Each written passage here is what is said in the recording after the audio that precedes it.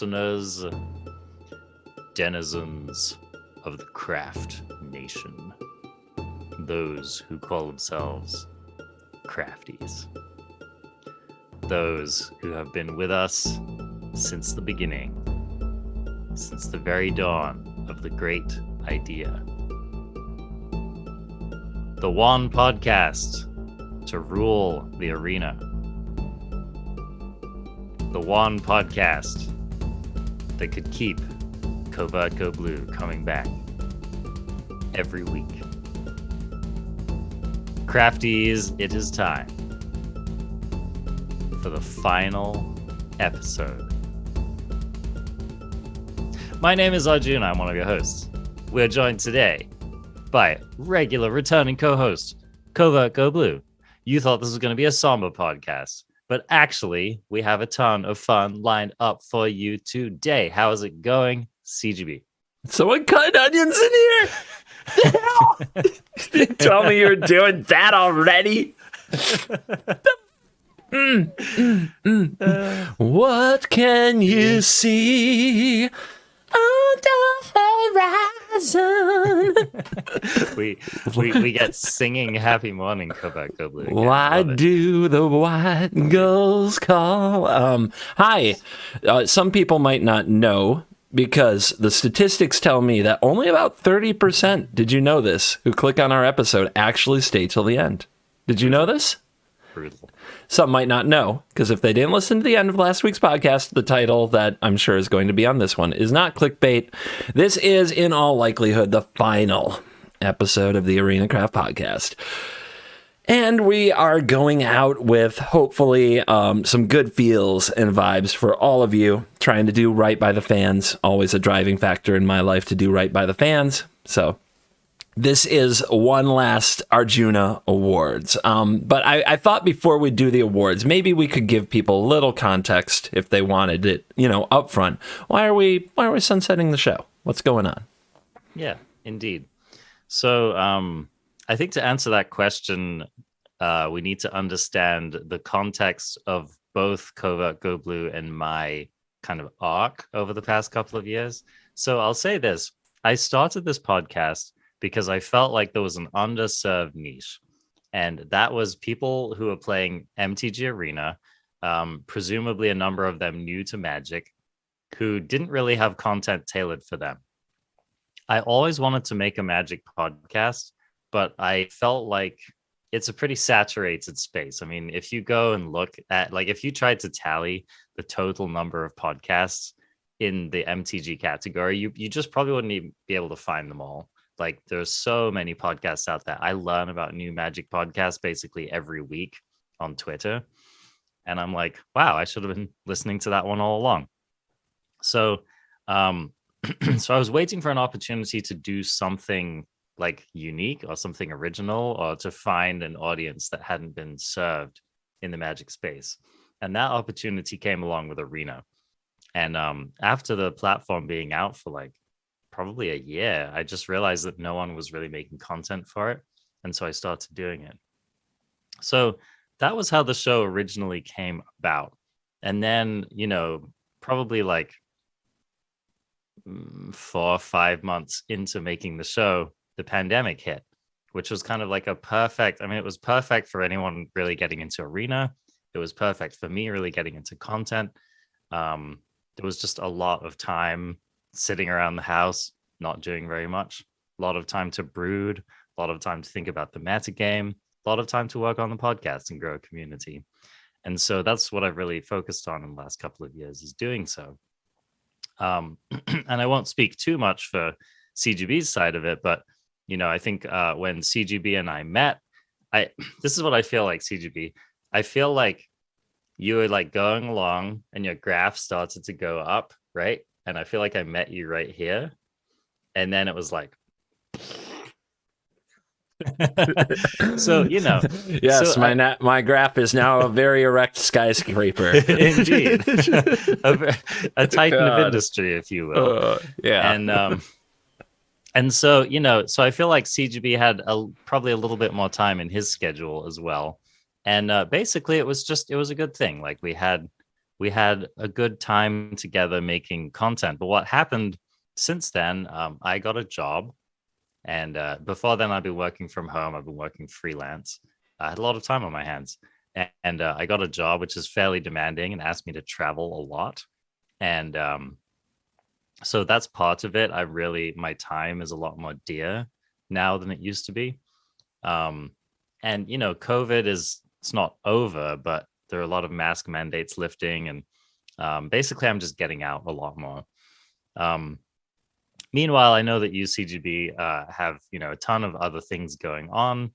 You're also traveling more, so that's part of it. I think is that where just like schedules have changed, priorities have changed. I think another thing, which maybe you'll take us into a little bit more CGB, but another thing is that I think both of us really expected for Arena to be like a premier Magic product and kind of like the way forward. We transitioned to like competitive events happening on Arena during COVID. Obviously, it was kind of a natural transition, but I think you and I were both hoping that that would occasion like a real focus on the platform from Wizards HQ. And we both seem to feel like that has not happened. Maybe you can elaborate on that. I'll give it a try because it's hard to put into words well. But the phrase that keeps coming to my mind is I thought that Arena had an opportunity to kind of change Magic or change the way that Magic was played. And it seems that in a lot of ways, both Wizards of the Coast and in some ways the audience just wants another way to play Magic. And that's what they want Arena to be. So I feel a little bit, I think we've gone through the cycle. Arena was the new hotness. Magic tried their esports push, which is kind of a meme now, but was very exciting for people at the time. For anybody who ever attended a Mythic Championship that was held on Arena or the Mythic Invitational at PAX when it happened, it was very exciting. And that stuck with me for a long time. It definitely helped get a lot of people through COVID, but coming, not over, but coming kind of to where we are today, especially in the last 6 months, it seems like a lot has changed to where Arena, instead of being a cool shiny toy, has very much become something that's in vogue to complain about. And a lot of this is not the community's fault. A lot of this is Wizards, their approach to the economy, their approach to alchemy, their approach to so many things. And I know that there could be an audience for get together and complain about Arena every week. But that's never the show I wanted to be on. And I know I'm confident that's not the show you ever intended to make. So indeed, when you start, scheduling out blocks of time versus things going on in the world, you have to travel. I'm being asked to travel. Gosh, it seems like every other week now. It's kind of crazy how many events are filling up the calendar. And you're asked to schedule out a block of time to get together and talk about Arena. And the primary thing that comes to mind that you're going to talk about is not very positive. It definitely takes the sizzle out of the steak, so to speak. You know what I mean? Indeed. Yeah, that sizzling soloist ain't so sizzling. Who gave a trombonist to solo anyway? So yeah, I think there's no one thing that has led to us making this decision. I think it's more been kind of a gradual vibe shift. I will say that there's a couple of things that have specifically kind of made me less excited to sit down in my chair every day and think about and make Magic content. One of them has just been that the standard meta has been really boring for me for a while now. New Capenna, has reinvigorated a little bit, but I really feel like the decisions and the design choices they've made have just moved the standard meta game and Magic on Arena in a direction that just hasn't been very exciting to me. And I think, people will enjoy typecasting me as a ramp mage. Like the only thing Arjuna knows how to do is play green cards that put lands onto the battlefield. I believe it or not, do have a greater range than that in in what I enjoy doing in Magic. But I really have not been enjoying the sets that they've been putting out for standard specifically. And so that's kind of taken a toll. And I'm not someone like CovertGoBlue who can just muscle through and reinvent himself every day. Swirl against swirl. Yeah, okay. Thanks. I think. So that's been part of it. And then another thing has just been like, there have been some problems with Arena that have just frankly like should have been solved that haven't been solved. And they stack up over time. I don't know how many more times I can sit down on release day of a set and not be able to play Magic. And like, I'm just sick of waiting for default land art to be a thing. And I'm sick of like going to import a deck and Arena being like, there was one tiny little problem in your deck list. I can't import this deck anymore. The list that you got from an official Wizard site, maybe? Yeah, exactly. Maybe one of those lists. A list that doesn't include the new cards for some. I mean, it's just like it goes on and on, right? And I mean, if we were to actually complain about everything that annoyed us about Arena, we would never do anything else on the podcast. So that has just, I think more than anything, it's clear to me that for the moment, who knows, anything could change, right? But for the moment, Arena is basically like another MTGO where they made this product, right? But you know what I'm talking about, right? They made this product for people to be able to play Magic online. And, it was fine. People played it. It made money. I'm sure that in the grand scheme of things, it was a profitable decision for Wizards. But it's clear that MTGO was like never the end game.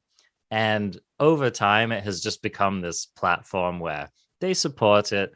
They release new cards on it. They kind of do the bare minimum to keep that product chugging along so that the diehards and the like small trickle of new players who come in still have something to play. But, it's just like it's not a focus of theirs from like a larger design perspective. And I've started to feel that way about Arena. I feel like Wizards just has not put the oomph into it that they could have, or maybe they tried and it was a failure. I don't know. I mean, if you mean by oomph, like bizarre marketing strategies and different formats that they then immediately, I don't think, knew what to do with, but I don't think it had to be that hard. They just needed to put awesome cards on the game and let people play at a reasonable, like a price model that works, and not have these like straight up kind of insulting approaches to it, like with a wild card bundle, right? So, yeah. I know I'm going to keep playing Arena. It's my full-time job. I'm probably going to be tied to the platform until it dies someday. I'm straight up chained to the rock, and I'll go down with the ship, so to speak, because I do still love it. I'm old enough to remember a day when you couldn't queue up a Magic the Gathering game on the internet whenever you wanted, and just how I'm old enough to remember playing Magic literally against myself in the middle of the night, playing both sides, just because I wanted to play the game that bad. So I never forget that, and I continue to appreciate what Arena offers. But as far as coming up with like energy and enthusiasm about Arena every week, they're certainly making it harder, and it's going to be a long summer of no changes to standard until September. Alchemy, we can't talk about it without getting the heat, which honestly that is exhausting. Like that. Yeah. That is tough to deal with when you try to get excited about something and the community goes, "Rawr, you suck." That takes a little bit of the spunk out of it too. But I'm not saying that it doesn't deserve that. I'm just saying, like, you can't change how people feel. You can't change, natural human reactions. It's just the way that the vibe goes. Indeed. So that's a little heavy. I'll still be in full-time content on YouTube, I'm sure, and occasionally Twitch. Maybe you will stream sometimes when you really, really feel like it. I'm looking forward to an Arjuna comes back and, like in 3 months, just fires up the old Twitcheroo to watch a black screen on release day, It could. Hey, I'll tell you what. Wizards knows what they have to do to bring me back. And it involves blue and green and putting lands on the battlefield and casting big spells. Simic the set. Let's go. Let's go. Let's go get Arjuna back. But yeah, we've waited long enough. So that's kind of. Was there anything else you wanted to add about the why? Because I think we hit the things. We both have a lot going on. Arena's not the shiny new toy anymore. It's more in vogue to complain about it. That does a toll on people, especially people giving up free time to make content. So yeah. I think a final thing I want to say is that I came for the arena, but I stayed for the people. And I think that that's really, I noticed that for me lately, the highlight of doing the podcast was just hanging out with my friend CovertGoBlue every week and talking about Magic, right? And I mean, don't get me wrong, that is enough of a reason to do a podcast, right? You don't need anything more than that to make content.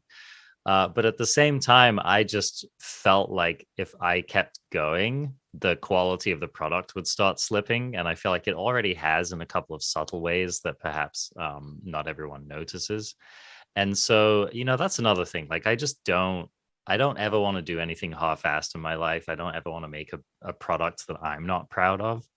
And that's really, that's at the heart of it. I think a lot of people would say, they'd like look at what we do and they'd be like, people like your podcast, you're making great content, like you have a bunch of people who are into it, like why would you ever walk away from something like that? And I think for me, I'm just like,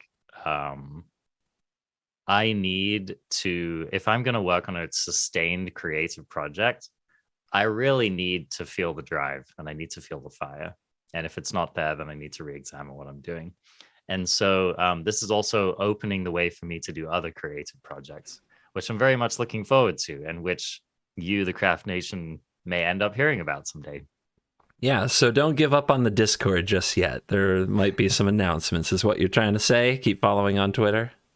Yeah, okay, cool. We'll have a rebrand. I'm not sure what it'll be. The rebrand will be full ass Arjuna. No half-assed, just full ass. Let's go. Just we only enter through the back door. Oh, this is really already an unhinged episode. I kind of love it. So, do you want to transition into the Arjuna Awards part of the show? Let's do it, crafties. CovertGoBlue has prepared a little farewell, as it were. I'm very excited about it. I will probably end up having some questions for him as well. Okay. Yes. It's mostly just interview format. I'm going to ask you for faves and least faves and have at it. We'll rehash some stuff. What's the episode count? Do you have that? Episode count. I think that we are on... Hold on, let me look. Fernando's really good at tracking this, and I'm not as good at tracking it. Shout out to Fernando, who's done all the audio editing for quite a while now, actually. Yeah, Fernando, total badass. Just another person who was inspired by the podcast and wanted to chip in, and then ended up working with us. I think we're on 122. 122. Okay. 122 episodes. Very nice. Indeed. You know what's absolute ass? Have you seen this? Oh God. Have you seen this? I'm holding up Mountain Dew Flamin' Hot. This is Mountain Dew with a blast of heat and citrus. Arjuna, something that is just going to be forever true. You'll find out. Like, you might already know from previous relationships. Wives, when they go shopping, just love to buy husbands weird shit. Okay. Don't know why. Grocery shopping, they just bring back, like my wife just brings me back Flamin' Hot citrus Mountain Dew. Okay. Dude, this is terrible. She's just trying to keep you engaged, man. I mean, she knows what you love. It woke me up. You know what she never brings me? A booster pack. Oh. Well, maybe that's like, bringing your husband work, right? Like, maybe. Hey, honey, guess what I brought you? Another customer. Woo! It sucks because I run out of Mountain Dew, and then this is like the last thing in the fridge. And You know what? Here we are. It's bittersweet, are. just like this podcast. So we're going to start with the Arjuna Award for, in the 122 episodes since you've made the podcast, do you remember the newest set when you started? The newest set when I started? I think it was Eldraine. Yeah, I think it was. I was going to guess Eldraine. Okay. Yeah. So basically, since the Eldraine release, I want to know your favorite format. My favorite format. Yep. Okay. Mm-hmm. It's actually funny that you should ask this in that context, because I really did love Eldraine Standard. Like, wow, Simic, really baby, did. To the moon. Well, I mean, Simic was strong. Simic was a strong color combination at that time. There was also there was a lot of Sultai, there was a lot of Temur. So okay, this is what I'm going to say about Eldraine. Eldraine really did wreck a lot of things. It kind of ran roughshod over a lot of formats. There were a lot of cards, multiple cards, that were too strong for many formats. And it really was, from a design perspective, a mistake. On the other hand, there were so many good cards in Eldraine that you could just keep building decks, and the decks were strong and the decks were fun and you could do really cool stuff. I mean, I played 50 Shades of Mono Green in that format. Loved it. I played 100 Shades of Fires of Invention. Do you remember how many different Fires of Invention decks you could build? I mean, there were as many Fires decks as there were Yorion decks. I mean, it was just every day you could wake up and conceive of a new Fires of Invention deck. And who knows, it would probably win and get you to Mythic, right? This sounds funny, but there really were a variety of cat oven decks you could play. That's true. Yeah, people forget. Yeah. There were a variety of ways to kill the opponent with Embercleave. You could put it on a Knight. You could put it on a Rotting Regisaur. You could put it on an Annex Hardened in the Forge when Theros came out. Yeah. Yeah. I mean, there were multiple Lucky Clover decks, as Aaron Girdler took us through. I even remember, I remember playing Orzhov Knights with Lucky Clover, and you were draining people out. Oh, yeah. Golgari, I think. Golgari. Oh. I'm gonna say I'm gonna errata it to Golgari. If you played Orzhov and got the job done, though, good for you. No, I did. Yeah, no, I think okay. I think I was playing, because those were I think Mardu were the Knights colors. Yeah. So yeah, it was well, there were various Orzhov Knights decks that you could build, but I was memeing around with Lucky Clover. Now Golgari Clover was a whole other deep well of fun. I remember even at one point I made a Grixis Clover list, which, if I hadn't drained myself out by copying freaking Murderous Rider, I think would have actually been a pretty cool list. So anyway, the point I'm making is that format was so deep because the number of powerful cards in that set was so deep. And they could basically have these rolling waves of bans and uncover new cards and new archetypes that were still at the top of the meta. And so I think while a lot of people, and I'm sure especially competitive people, kind of hated that format, for me, who was kind of a filthy casual at the time, it was just a total playground. And I had so much fun playing in that format. And I think it's one of the reasons I decided to make the podcast, was that I was just so invested at that time. So I'm going to try to nail you down. Is this Eldraine pre-Oko ban standard? It was. Okay, yeah, so the rotation right there, Ixalan, I think, rotated.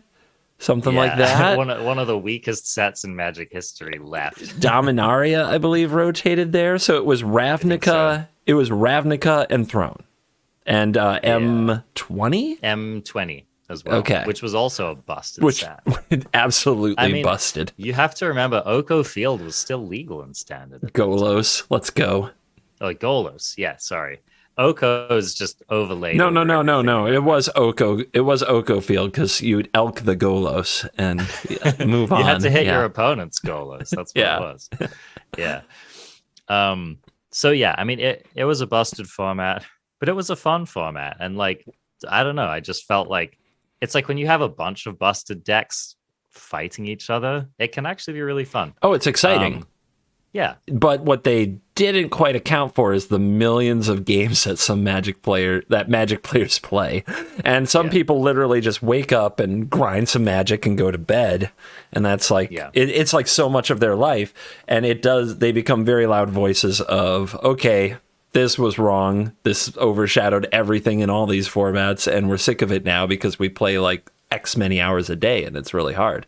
So, I think they really underestimated how much people would play MTG Arena when they went through with Fire Design Philosophy.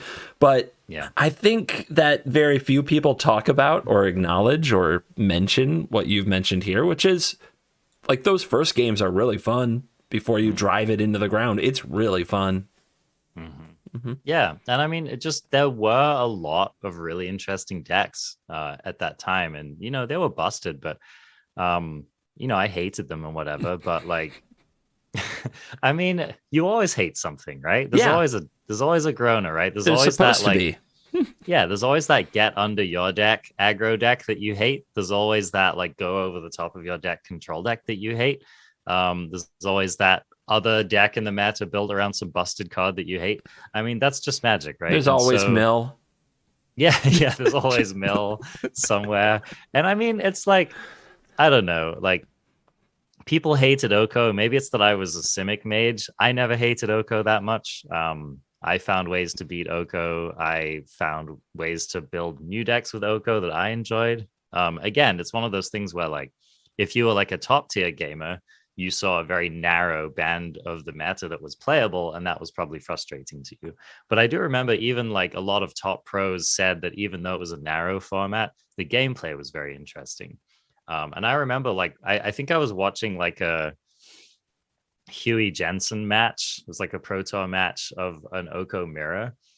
And like Huey's like one of the best Magic players who's ever lived. And you could just see like, you could like see the veins popping out on his forehead when he was like, oh my God, there's so many choices in this game. and it was amazing. Like, I think for a lot of Magic players, it was really like peak challenge, right? So I don't know. There was some cool, there was just a lot. There was a lot going on.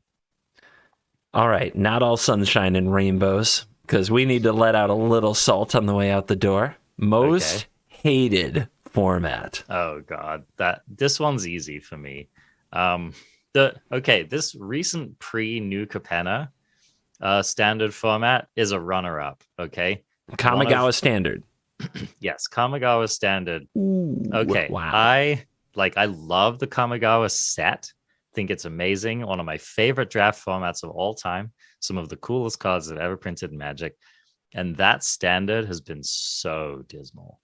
Just like it's been a wasteland for me and what I like to play. And I think it's because it was basically like Magic the mid-ranging. And as much as I have sometimes enjoyed mid-range gaming in the past, I just like the particular choices that were available in that format that continue to be available in this format were just so deeply boring to me. Oh, it's just like pure value is like rewarding to a lot of people, but it is slow and it is monotonous. Like, and that's kind of what it is. There's no explosive stuff like fires can create, or like, I hate saying this, but if you do have two cats, like, if you have a cat and two ovens and a mayhem devil, it is explosive. Like it is a high powered machine gun. It is a killing machine. And or like, remember that Jeskai Fires deck? Like, like the only reason that deck went long is if it wasn't immediately winning, but it was like every turn it had the chance to kill you. And so I mean, games just weren't as long and they were more exciting, and sometimes you hated it, but I mean, it turned over quicker and it was dynamic. Watching Wandering Emperor versus Lolth for the 50th time, right? I mean, how do they do it? Hey, some people really get into it, but I get it. Not your fave. But that was the runner-up. Okay, so that was the runner-up. I've said this before on the podcast, but the pre-Omnath ban standard was just excruciating. Battle for Zendikar Omnath standard. Oh my god, and especially like when Oko was still legal. I mean, I'm getting all my names mixed up. Uro was still legal in the format, and it was just miserable. I don't know. Could you believe that was right after a rotation too? Like they rotated 4 sets. Yeah. 2 pretty busted sets in War of the Spark and M20. M20, yeah. And then we had like the worst standard ever defined by one card that was so... Looking at Battle for Zendikar now, just look at that set. Yeah. Is that what it was? It's Battle for Zendikar? No, Zendikar Rising. Zendikar Rising, my bad. Yeah. Editor will take care of that. Ding. Zendikar Rising, just look at that set now. It's like Luminarch, Ass Pirate, and a bunch of nonsense, right? Yeah, it's really bad. It's like the DFC Mythic Lands and Luminarch, Asper, and I don't know, a handful of other cards that matter. But yeah, no, I mean, it's true. It was just a really imbalanced set and a really imbalanced format. And then it was funny because like, I don't know if I'm remembering this exactly right, but I think it was like they banned Uro and then it switched over to being like the Lucky Clover version of the deck, which was basically like, we're going to shuffle this busted deck in with this busted deck, and it's going to be like giga busted. And yeah, I mean, again, like interesting gameplay decisions in those decks, but it was just like, do you remember watching that Pro Tour, whatever it was? And like the commentators were literally like, so like, how about them Broncos? You know, like they were just over it. They just didn't want to talk about the magic that was happening on screen. I remember choosing to stop watching that Pro Tour. Yeah, the top 8 had, I think Brian Bronduin was playing Rogues, and that was the hero, and everything else was an Omnath deck. Can you imagine Rogues being the hero? No. But it was at the time. People said it couldn't be Uro until Uro was banned. Then people were like, it's too underpowered against Omnath. And this is like powered up freaking Rogues. This is Thieves Guild Enforcer, Luris. Oh my god. The stuff that was legal. But that format, I think, was one of the most... I think you are 100% right. One of the most egregious things. What the best memory I have of that format was the day that they banned Uro and left Omnath. I did, like, my stream was scathingly brutal. You know, it was like a really angry stream, and I had like 1,000 people hanging out. And then I'm like, you know what? Maybe it'll be fine. We'll go queue up one game. And the very first game I queue into is, you know, Omnath doing its thing. And I just put on like some dramatic, like really sad music. And when the Omnath players started popping off, I just... He just backed up. Just moved the chair out of the view of the camera. I full dipped for like, yeah. I just dipped and I let the rope completely rope that person out. And it was huge. It's one of my favorite times on stream ever because the timing with the music was amazing. So like right when the rope kicks in, you know, the boom, the music like swells. It was like so it's so good. It was amazing. And then after it roped out, I just like came back for a second to be like, this is the worst of times, and just logged off. Yeah. That was my favorite memory from that. But it's because it was so bad. I was basically making like anti-magic content, which we talked about. Not my cup of tea. Yeah, exactly. It's cool for a hot minute, but you don't want it to be like the basis of what you do. So, yeah. So yeah, I mean, there have been other miserable standards as well, but those are the two that really stand out to me. Okay, sweet. Do you have, from your time making this podcast, a favorite card? A favorite card. A card that just buttered every side of your bread every week. Yes, my friend. Yes, I do. This was a card. I mean, it's partially a favorite because it was one of my best called shots on the show. But also, I love the archetype. I love playing with it. I love going over the top. It's everything Arjuna wants to do. And that, my friends, is Emergent Ultimatum. Oh my gosh. So CGB and I have talked about how we were both playing that card before it was cool. We always saw a potential in the card. And the thing it was really lacking was just like the pieces to really and truly go over the top. But I mean, I was like one of those people who was like growth spiraling into Nissa, into casting Sultai Ultimatum hopefully early. And yeah, I was having a heck of a time playing those decks back before they were really able to actually win. But it just felt good. It felt good popping off, and it did the things that I like to do in Magic, which is just cast some overwhelmingly big spell that makes your opponent go fuck, right? so so like whether or not I won after that didn't really matter to me. I just wanted to see the popping off. So, and then I mean, enter Kaldheim, which is kind of low key one of the more busted sets they've printed in recent memory as well. Sneaky one, right? Yeah, right. Yeah. And I think they did a good job with Kaldheim in that maybe I'm forgetting, but I feel like it was only really busted in like standard. I don't think it really messed up other Magic formats the way some of the other busted sets did. But it was really messed up in standard specifically. I mean, we had Alrund's Epiphany, Goldspend Dragon, the Seeker's Chariot. What was that land? Faceless Haven, right? And that just like put the ultimatum over the top. We could also still do Yorion shenanigans. And they printed another one of my favorite cards in recent years, which is Binding the Old Gods. It's just like such an Arjuna E card. So yeah, overall, I mean, I don't know. I feel like that deck is synonymous with me, and I enjoyed every second of its ascendancy in standard. I found I looked it up on YouTube. I found my first Sultai Emergent Ultimatum deck. Nice. It's from June 1st, 2020. It has Yorion in it, of course. Of course. Of course.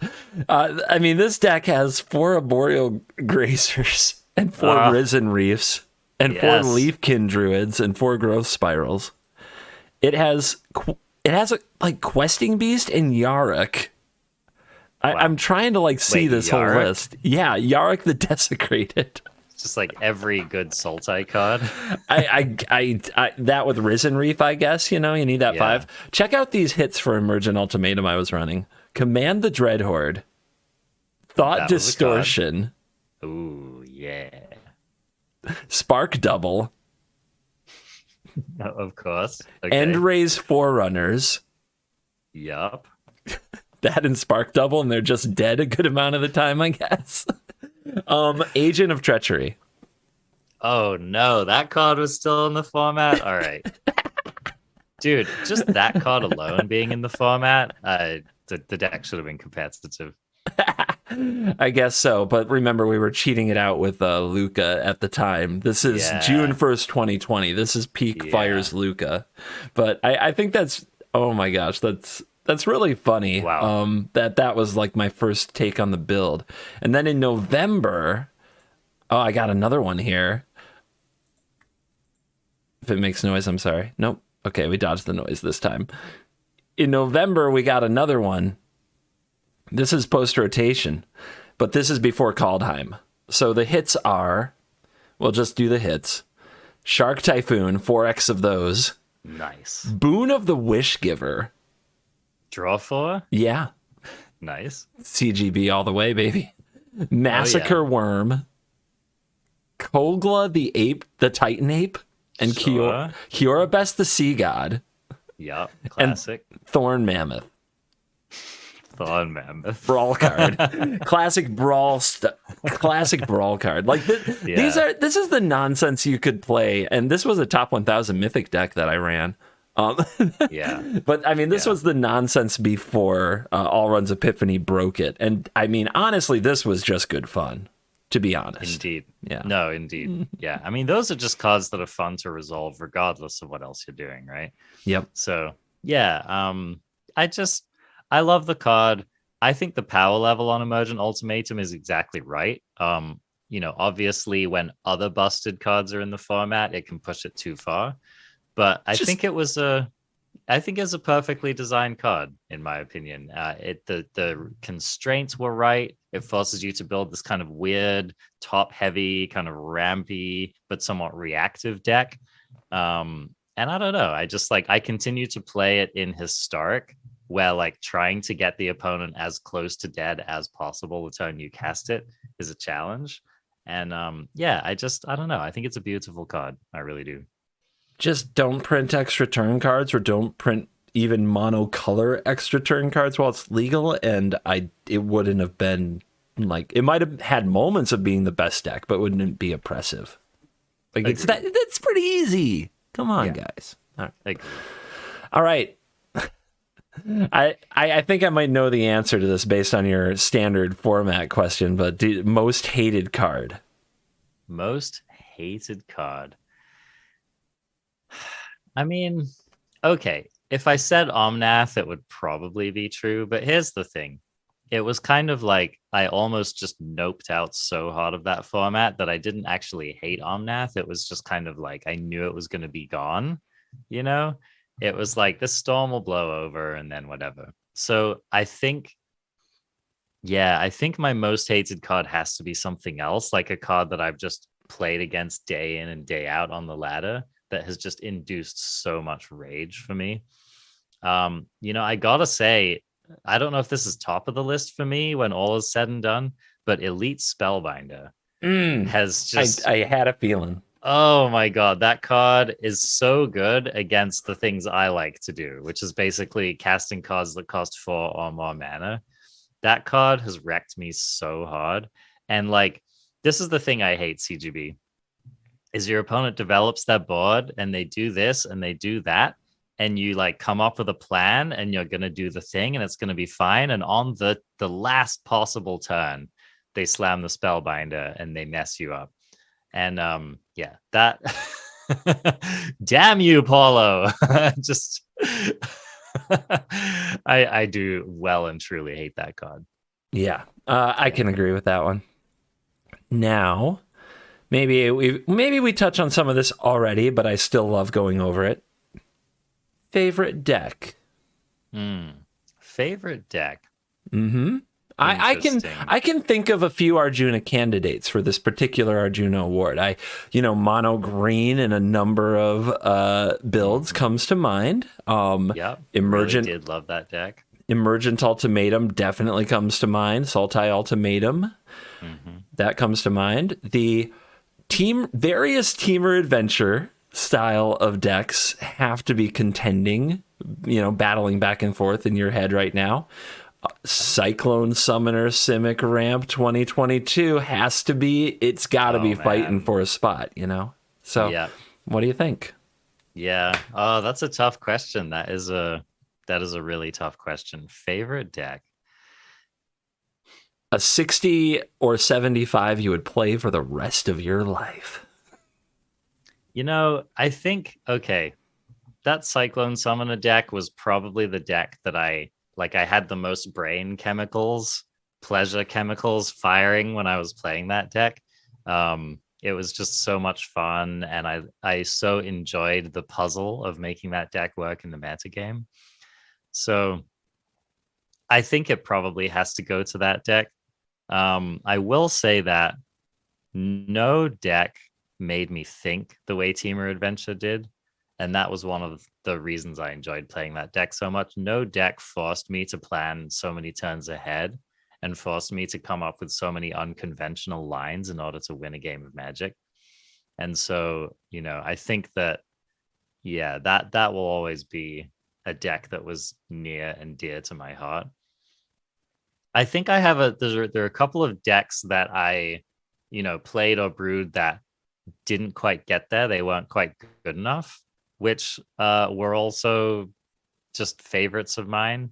I remember playing a mono blue deck in Kaldheim Standard, which I won a surprising amount of games with. I was regularly beating mono red. I was regularly beating rogues with that deck. And it was playing a bunch of meme cards. Like we were playing the Omen Keel. What was that card? Cosmina? Cosima. Cosima. We were playing Cosima. we were playing the Alrund, the actual creature Alrund with Hark of the Raven. And I think we were playing the Snow Draw 5, right? Anyway, it was just like a total meme deck, and I had so much fun playing it, and it was so challenging to get the wins, but it could actually get the wins. We were even fetching Ugin from the sideboard as a way to close. And yeah, that was a fun time. So I have a couple of like kind of bangers like that, which were never going to be competitive decks, but which were just really interesting. And like I remember playing it on stream, and multiple times I timed out. Like I just went to time playing best of 3 against mono red, which is like, how often does that happen? I'm sure they loved that. Oh, I'm sure they just enjoyed every second of it, right? But like, oh my god, there was that much to think about playing the deck. It was like every turn, because I'm sure you know this, CGB, right? You brew decks every day, and sometimes you have a deck that's like, it's powerful, but it's not quite up to snuff. Yep. And in order to win with it, you need to play your most 5-head Magic. Yep. And so that deck really forced me to play well. It was like I couldn't be lazy playing it, and I loved that. So anyway, that one that one will get an honorable mention, I think. I call those like well, I don't have a special name for them, but I won't play them on my iPad. Yeah, is what exactly. I'm trying to say. Like, exactly. Not in front of the TV, not in bed at night. Like those decks, I only touch when I'm at the desktop in, like, command zone mode. Exactly. All right. Do you have a most hated deck in the history of the podcast? Oh God, most hated deck. There have been some bangers on this one too. Maybe going through your mind might be the Luca Fires, just steal all your lands, copy agent by turn 5. I'm sure Rogues comes to mind, just getting aggressively milled out and beaten to death at the exact same time. I'm sure Omnath, you said you kind of dipped on the format, but you didn't have to play many games to hate an Omnath deck. So Indeed. Cat what's food? funny? Ooh, cat food is... Cat food. All right, that's got to be up there too. It's funny how a lot of the decks that are jumping to my mind in the moment are historic decks. Okay, So, that makes sense. For example, fricking Muxus, dude. Muxus. There are a few decks that I hated more than Muxus. Like, especially it was just like, they always had it, man, or they always found the matron, or they always had that stupid goblin that sacks other goblins to make mana. I just felt like it was such a had it deck, and it was a deck that I felt like should have been worse than it was. And I really hated that deck. Okay, so that one might win. What about Tybalt's Trickery? Oh, you know what? That one never really got under my skin. No? I think you know why. Why? I was playing Sultai Ultimatum at the time. And basically, like, what would happen is, like, they'd get, like, a Coma down, and I just Soul Shatter it. And then they'd get, like, a Kiora Best the Sea God, and I just Shadow's Verdict. And then I'd just cast my own Ultimatum, and I'd be like, suck on this. And, okay. I don't know. Or they'd get Ugin, and I'd just Binding the Old Gods on it and say go, right? So I think at the time, I was playing a deck that was, like, almost uniquely positioned to just totally meme on that deck. And I was like, check it out. I'm also cheating stuff into play, but my deck is good and your deck sucks. So I hear that was kind of like my Giga Chad move against that deck. I hear it's a thing in Explorer now. Best of 1, Tybalt's Trickery. How about that? What about Winota? That deck ever piss you off? No? Yeah. I don't know why it didn't, but it didn't. Yeah, just kill the Winota, LOL. The deck I remember, like, in those colors that frustrated me most was Cycling. I truly hated Cycling. Oh my God, what an annoying deck that was. I think I've never played against a deck that was so linearly boring as that. Yes. Deck. It was like a combination of boring and good, right? And it's just like, okay, a deck whose whole concept is built around like almost never resolving a spell. is just like it's so antithetical to what's fun in Magic. It's just like okay, think about this. Even if you're playing one of those like, draw go control decks, you do have to resolve spells. You have to have interaction. Things happen, right? Cards get cast, mana gets spent, stuff happens. And like in those cycling decks, it was just like cycle, you're dead.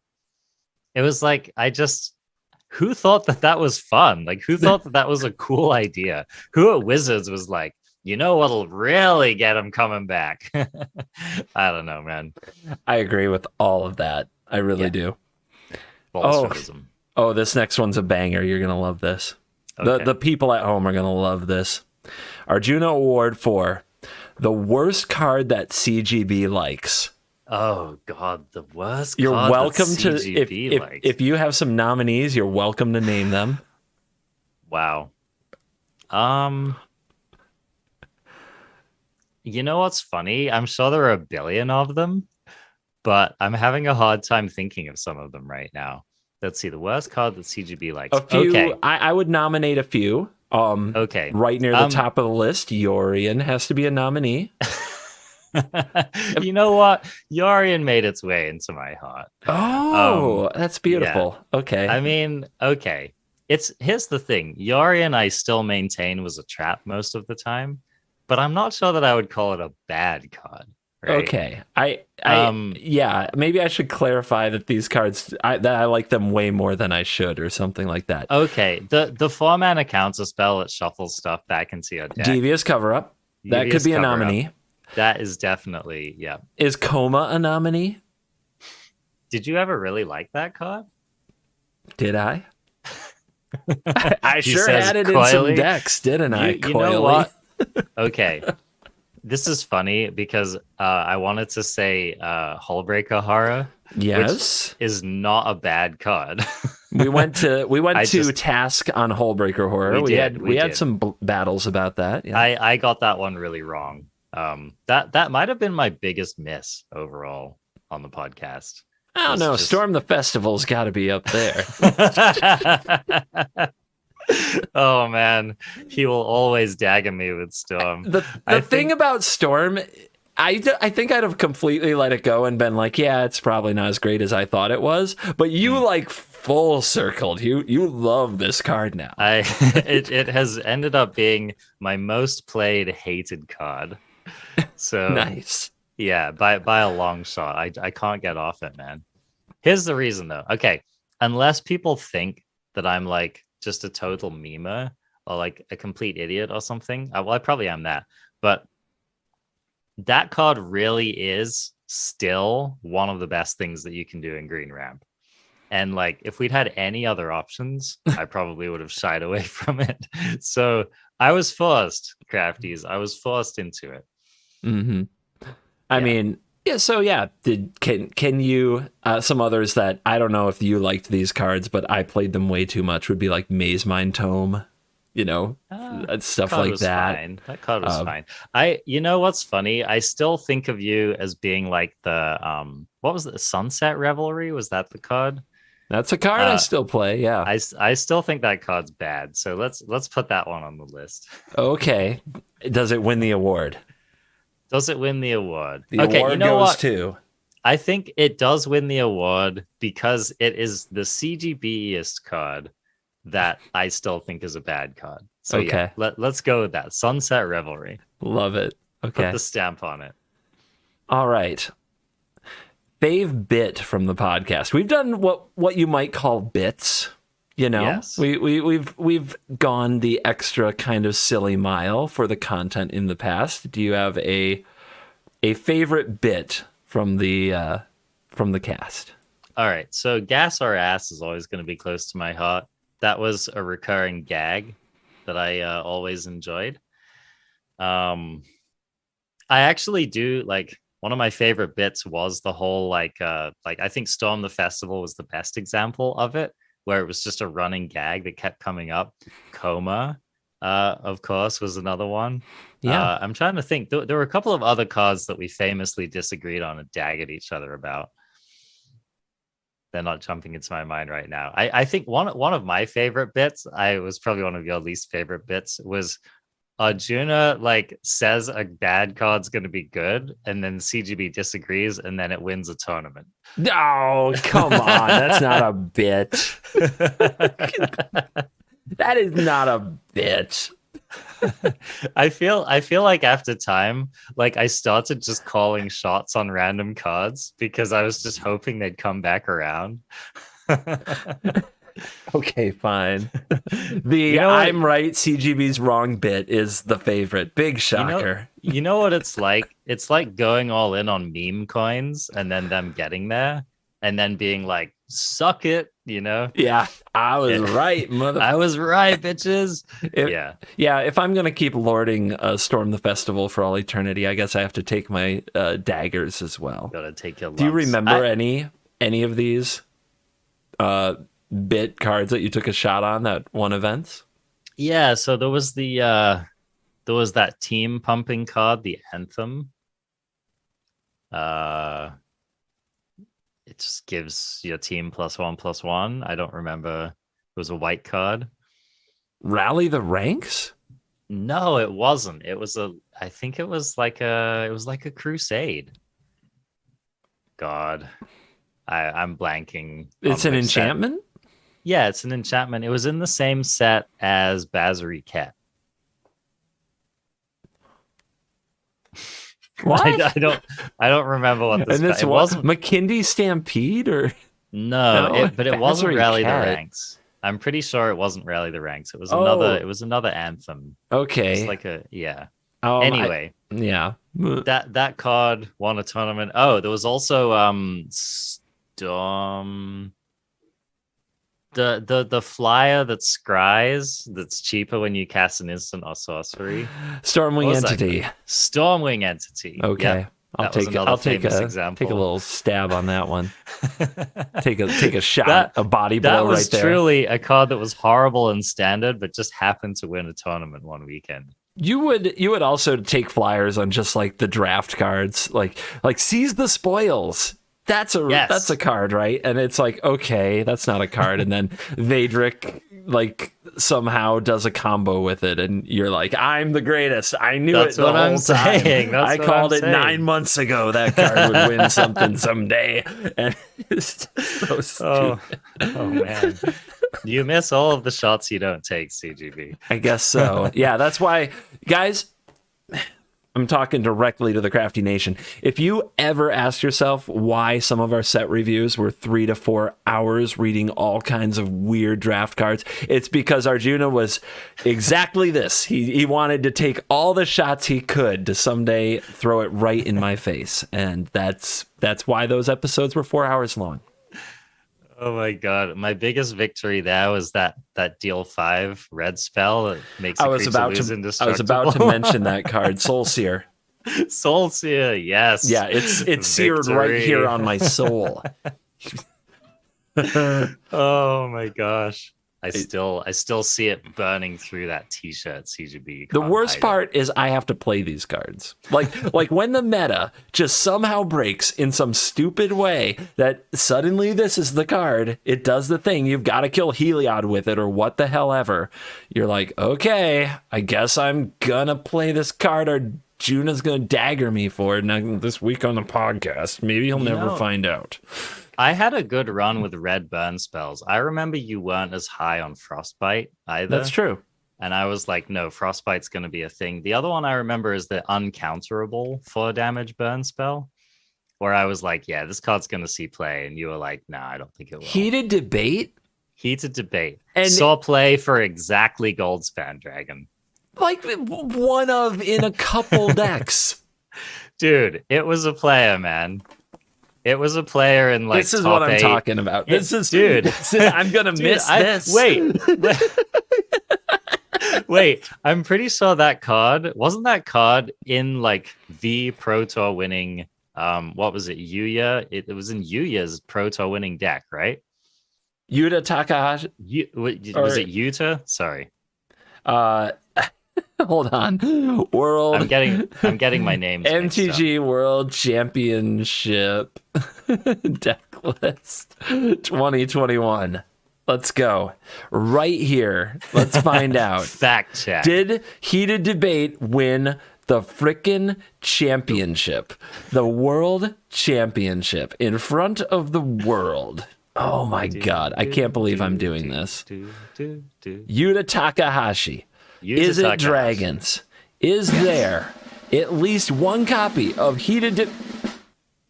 There's one in the sideboard. Motherfucker! Got him! Got him! Got him! Malding. Oh my God, it's there. You know what, Crafties? Sometimes the Arjuna man is pretty gas at Magic. Who says Heated Debate can't go face?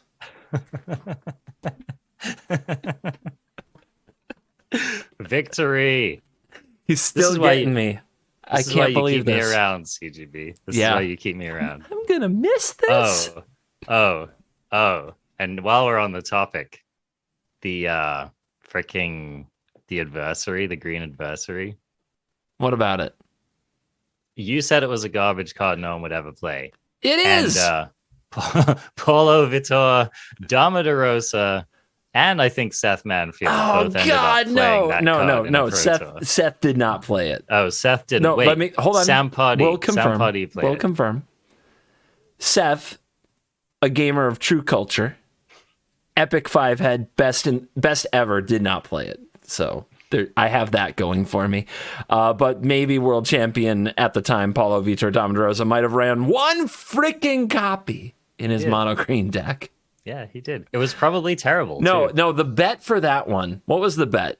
It was green adversary. It was adversary versus Storm the Festival. About which would get more played at a major tournament. Yeah, exactly. And you won because Paulo Vitor Dama de frickin' Rosa put one copy in his mono green deck. This is what I'm saying, CGB. I don't know. I don't know what spirits of Ghosts of the Metagame are looking out for me, but somehow I managed to be so wrong and so right about all of these cards. Yep. Gonna miss this. On that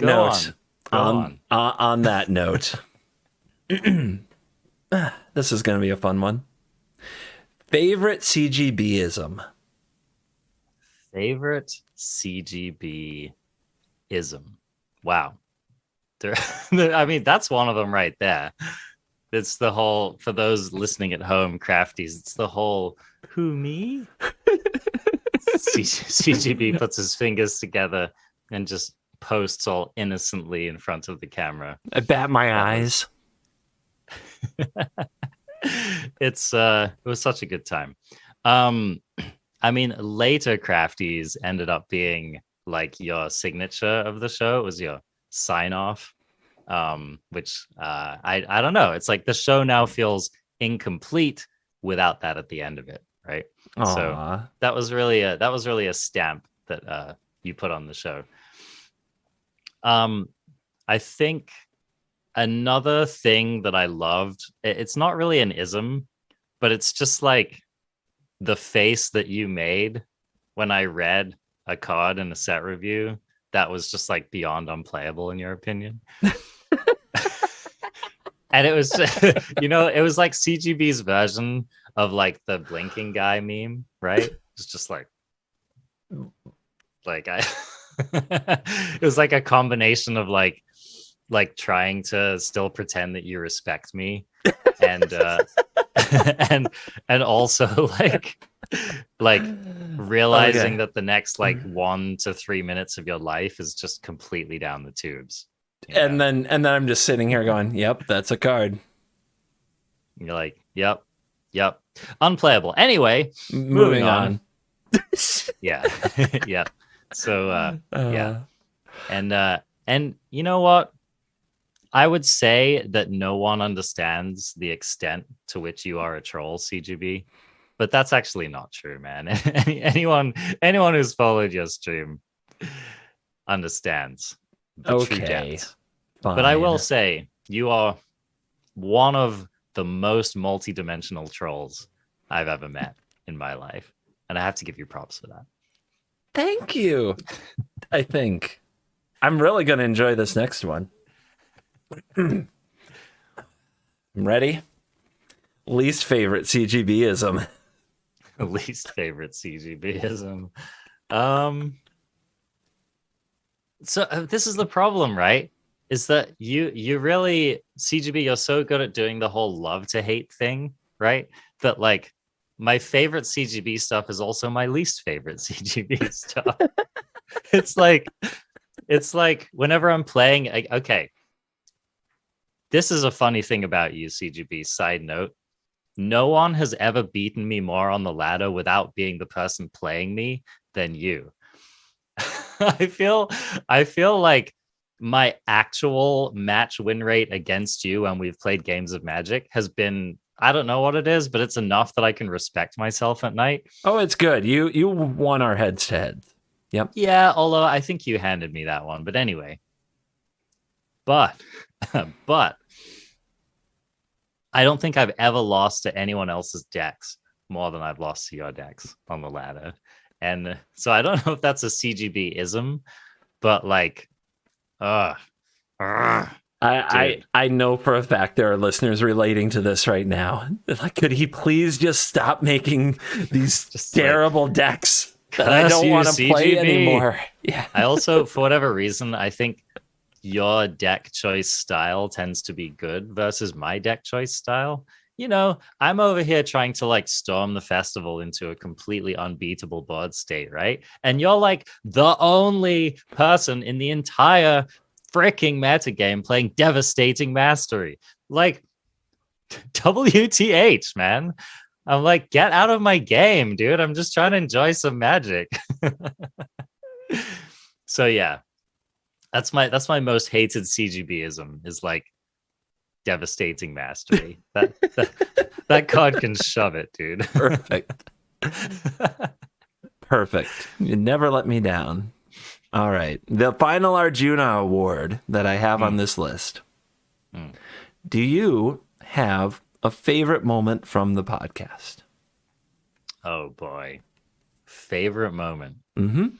If you could time capsule this, and what did I love most about the Arena Craft podcast? Is there something that would go in that time capsule? There can be nominees too.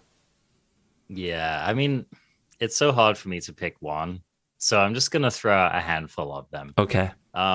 First of all, like some of our band shows were like some of the most fun I've ever had creating content. The Omnath one I think was peak, but you know, we had Uro, Agent of Treachery. I don't know. We just like all of the shows in which we talked about how ridiculous Magic is and how they should have banned X, Y, and Z sooner. Do you remember that entire tirade that I went on about Winota, which no one else cared about? Uh-huh. I think that those were some of the absolute peak times for me, just in terms of like us talking, making content, having back and forth, having opinions. I really enjoyed that. Yeah, those were good times. Nice to have somebody to bounce off of when shit hits the fan, dude. Indeed. There were a couple of guest highlights that just really, really made it for me. Having Andrea Mangucci on the show was just like, I mean, I don't know. He was definitely one of my white whales and just like one of my favorite content creators ever. And also just an absolute pleasure as a guest. So, yeah, it's hard to top him. We've had some amazing people on the show. I don't want to do shout outs because I know I'm like going to forget some people and it's going to feel bad. So I just want to say that like all of our guests, like pretty much without exception, have been like some of my favorite episodes. Agreed. I did, you know, one other shout out I wanted to give was just Robert Taylor, Fire Shoes. I don't think a lot of people realized how much it meant to me to get Robert on the show. Couple of reasons for that. I actually had to send him a webcam to get him on the show. Wow, like, I didn't know this.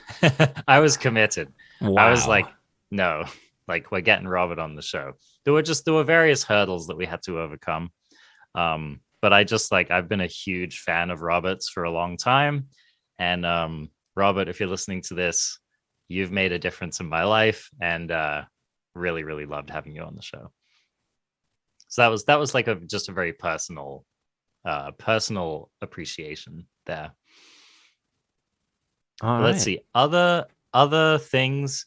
You know, I gotta say, man, another thing that stands out to me, and a lot of these actually didn't even end up on the show, but just like the stupid stuff that we do to kind of get the vibe going before we like start recording, the stupid stuff that Fernando and Bottlebrush have to edit out of the show basically every time.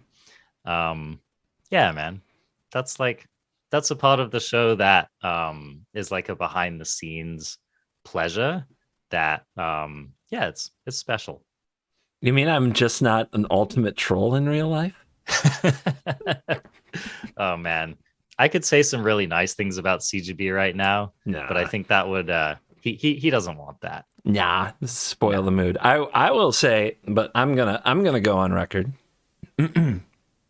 Arjuna, thank you for once upon a time believing in a medium-sized content creator enough to have him as a regular co-host on a show that at the time had no co-host. You know, you started this show on your own, getting different guests every week. You invited me once, you invited me back, you invited me to be a co-host, and without knowing it, I'm pretty sure helped me fulfill a dream of mine because I love podcasts. I always have all kinds of podcasts. It's one of my absolute favorite kinds of media.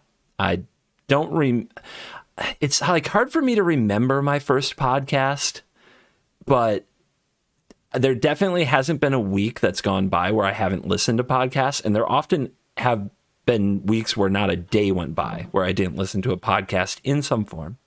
Magic the Gathering podcasts have been a part of my life for at least, like 7 years. Kept me connected to the game when I was very far away from it with no LGS and no paper collection and no MTGO account, that's for sure.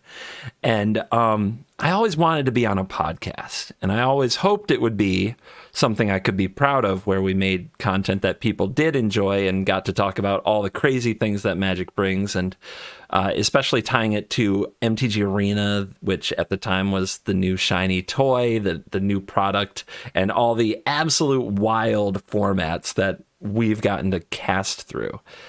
It very much has fulfilled a goal/dream of mine to be on the kind of podcast I would want to listen to. And thank you. It means a lot to me. I will never forget that I got to do this, and it's going to hold a very special place in my cold black heart. I earned a place in the heart of the Demi-Lich. Dude, thank you. And I just wanted to say, thank you for taking a chance on me, who is basically a completely unproven content creator in the space. I came out of nowhere. I had no credentials. I had nothing except my voice and a handful of opinions, which seemed to impress enough people that I managed to get somewhere. So, I feel like it was really, I don't know. I'll say this about you, CGB. People will sometimes say this in like a cheesy way, but it's actually true that I feel like you've just been my biggest fan, like of the content that I create. And I feel like you've believed in me during times when I feel like a lot of other people were just like, who is this guy? Or this guy's decks suck, or this guy has shit ideas, or like, this guy's not qualified to talk about Magic or whatever. And I feel like, as much as you might troll me or dagger me or make fun of my liking bad draft cards or whatever, I feel like you have been able to see the part of me who is like a dedicated Magic player with interesting ideas. And I felt really seen by you in that way. So thanks a lot, buddy. And also just like taking a chance by putting our show on your channel, which is like, it's like doing something on main, right? You can do a side project, but when you bring it to main, like it's a whole different vibe. So yeah, I really appreciate that, man. It's changed my life. It really has. Awesome. And, as far as putting it on main, thanks to all of you who tuned in for sure, because it's always risky doing a different kind of content on a platform like YouTube. And I remember like the early shows. I never told you this. I didn't want it in your head. I actually had negative subscriber numbers on the first few podcasts I put on the channel.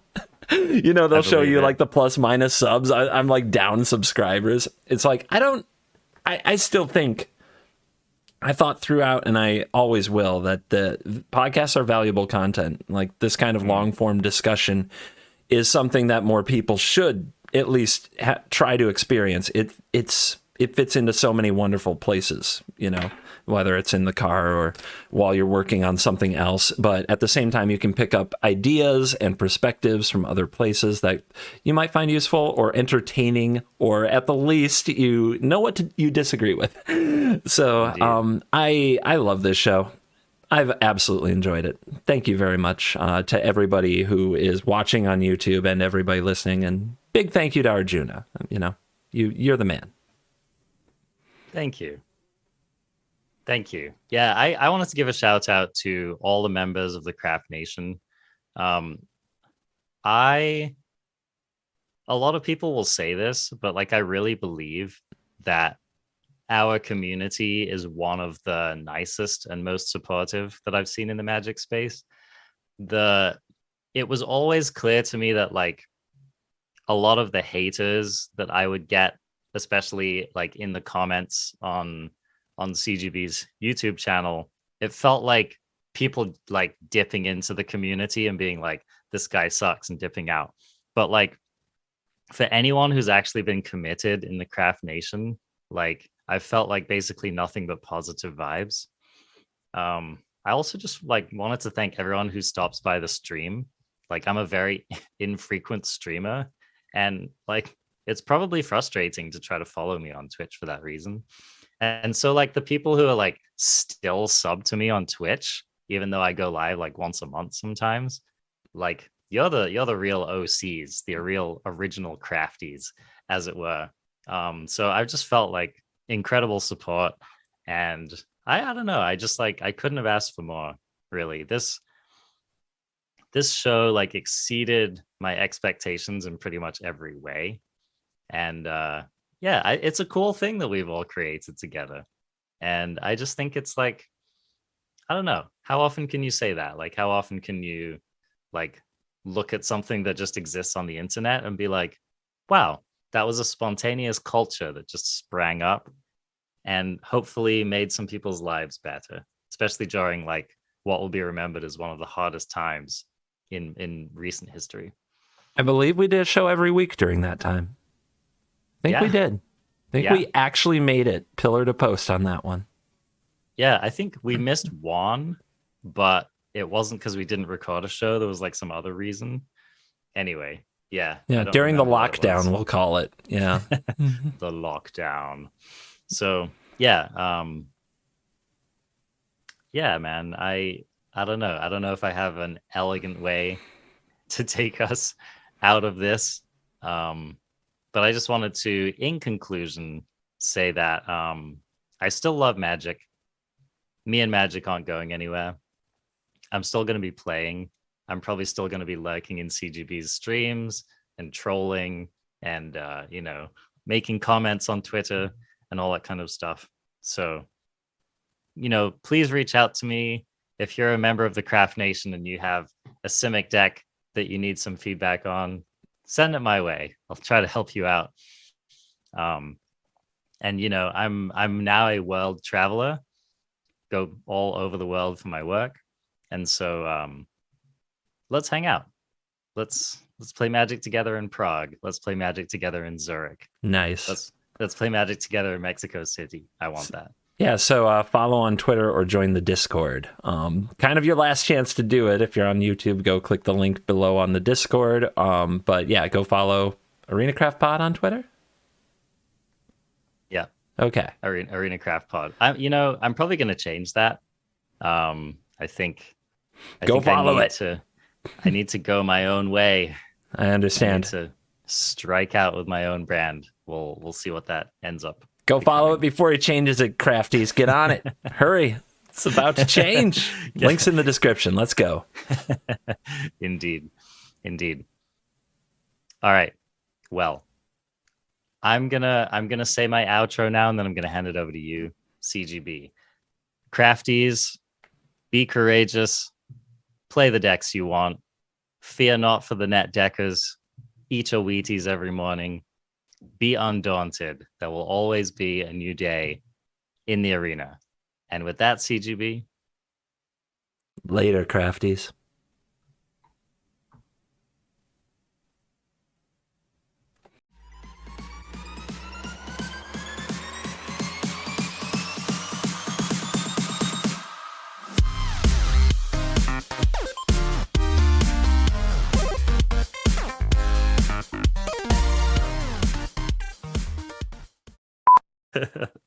Love it.